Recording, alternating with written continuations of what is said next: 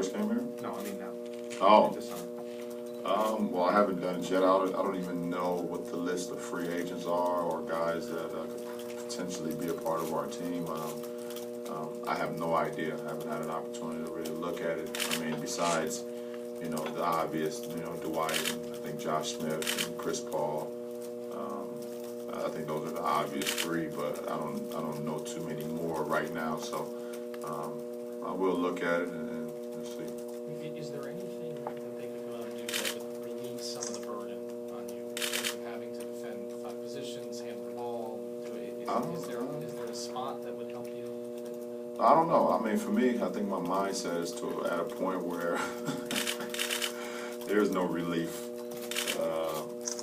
And I love the burden. I love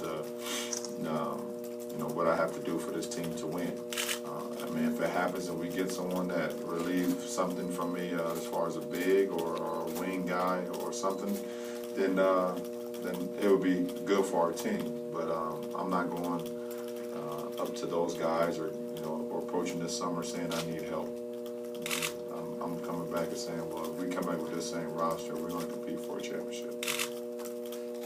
LeBron, a lot of people saw the video of you guys having to duck during the parade on the double decker. Right. What was that like? Were you nervous? No, I wasn't nervous. We all warned each other every time.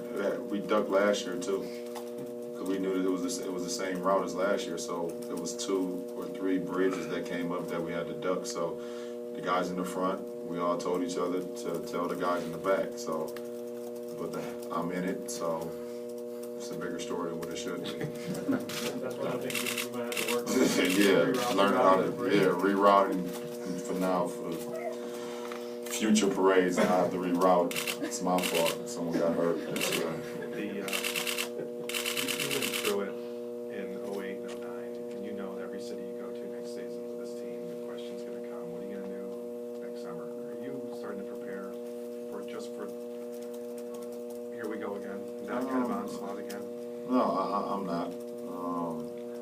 I think what I'm prepared for right now is to, come back, like I said, a better player and try to defend our crown. And that's my only thing is to put on that Miami Heat uniform every single night and play at the highest level I can, be the leader of this team, and try to defend our crown and try to go for a three-peat. So, I'm not too much worried about free agency or any of that next summer. It's weird hearing people talk about that right now, though. No, it's not weird. No, it's not weird because I've been in this position before, so it's not weird. I heard it before, and it can't get no worse than my season before I became a free agent in 2010. Any difference in emotions after winning a championship this year compared to last year? Was it the same of just joy? Any more relief last year than this? It's an unexplainable feeling, honestly. I mean, it's something that you dream of and it's something you work towards, and when you're able to accomplish it, it's like the best feeling in the world. My emotions was out of this world last year when we won it. It was out of this world again, and it's something that I want again because the time it goes fast. I mean, we won it Thursday night, and we've already had the parade, and it's like, okay, now what do you do? It's the summer, so for me, I'm obsessed with success. I want success, and I want that feeling again. I want to be able to win another championship because it's the best feeling in the world. So I won't let myself down with it.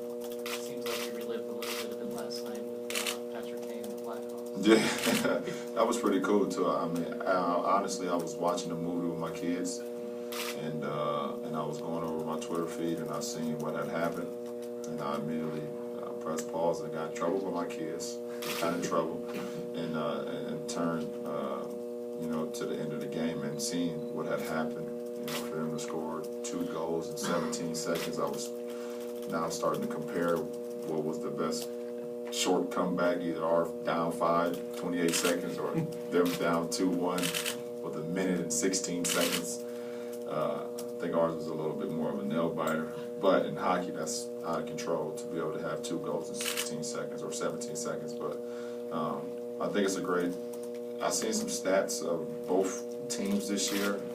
It was like, it makes no sense. Like, we both were 16-7 in the postseason. We both had an amazing streak. We both finished first in our conferences. We both were down in the series, and I mean, it's like so many similarities to both teams. And to win it, like I said, yeah, it was like when I seen them hosting that trophy up, that Stanley Cup trophy, I was able to be like, I know exactly what that feeling is all about. I know you've seen UM play at least once in person. What do you think of some of their guys and their potential to play in the pros like Larkin? Well, I think they got great potential. Shane is definitely a guy that has an opportunity to be really good in our league, and I think some of the other UM guys as well.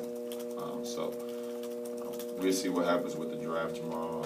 I will be tuned in watching it. I'm excited to see what a lot of these teams do to get better. So we see. Shane is asking questions of the draftees. I don't know if you're aware of this, but Shane Battier is asking questions of the draftees. I told Shane he will be getting live, up-to-date tweets from me tomorrow night. So yeah, I will be all over his Twitter feed tomorrow night. I'm excited for him. It's gonna be good. I know obviously you don't have to make choices beyond next season until next summer, but have you thought at all about how exciting it would be to ride this out for years to come with Dwayne and Chris and Pat and Spo? Well, I mean that's the goal.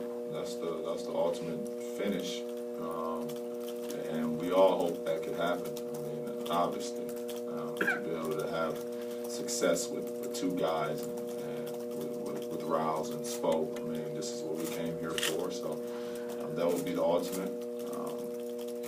You can never put I don't know. Life changes, things happen, and you have to be prepared for that. But this is what we all want to be here for, and that's to be able to compete for a championship each and every year. And if we can do that, then it'll be awesome. When you said going into Game 7 that you're just going to lay it all out there, and you'll be satisfied with the outcome as long as that happens, and whatever happens, happens.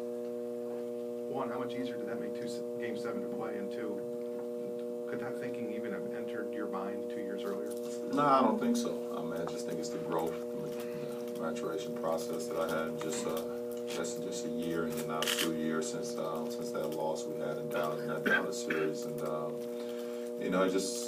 I went back to the basics. Like I said before, I went back to the basics after that series and just said, hey, this is why you play the game. Why did you fall in love with the games? Because you love to have fun, you love to compete, and do whatever it takes for your teammates to help them win. And for me, I love Game 7s.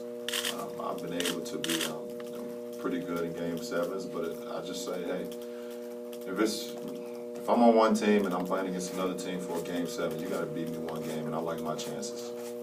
I work on my game, know my teammates, but for me as an individual, I just like my chances in one game. So I got a lot of confidence in my ability, and I just try to keep a clear head about it. After Game 5, who shut who out?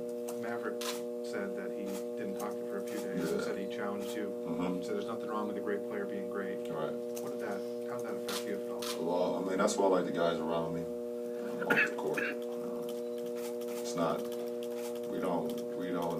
it's not just it's a bed of roses with us. They've been around me too long to allow me to be careless or, not stepping up to the plate at the highest level or whatever the case may be. Not just basketball, but in everything. And they critique me more, probably sometimes more than I critique myself. They get on me, and I usually talk to Mav after every game. And after Game 5, he went 5 days without talking to me. So I already knew what it was all about. I had to do my part. So that was awesome. LeBron, you talked about wanting long-term success in Miami. Would you say it would take something very unexpected for you to leave the Heat next summer? I don't know. I'm not really thinking about that right now. Like I said, the ultimate for us is to be able to compete for a championship each and every year. And this year coming, which will be here soon, even though it's the summertime, it's not much of a rest, but that's our focus. Our focus is on how we're going to get better this year coming up, and how we're going to prepare to be better with all these other teams getting better. To be able to keep that trophy here. You said you're not thinking about it now. When do you start letting it roll around in your mind? It won't roll around in my mind. I'm too focused on that. When will start thinking? When it comes up. That's it. LeBron, you say you got 2 months, but when everything's over right now, everything's finished, what's the one thing you say, damn, I can't wait to do this?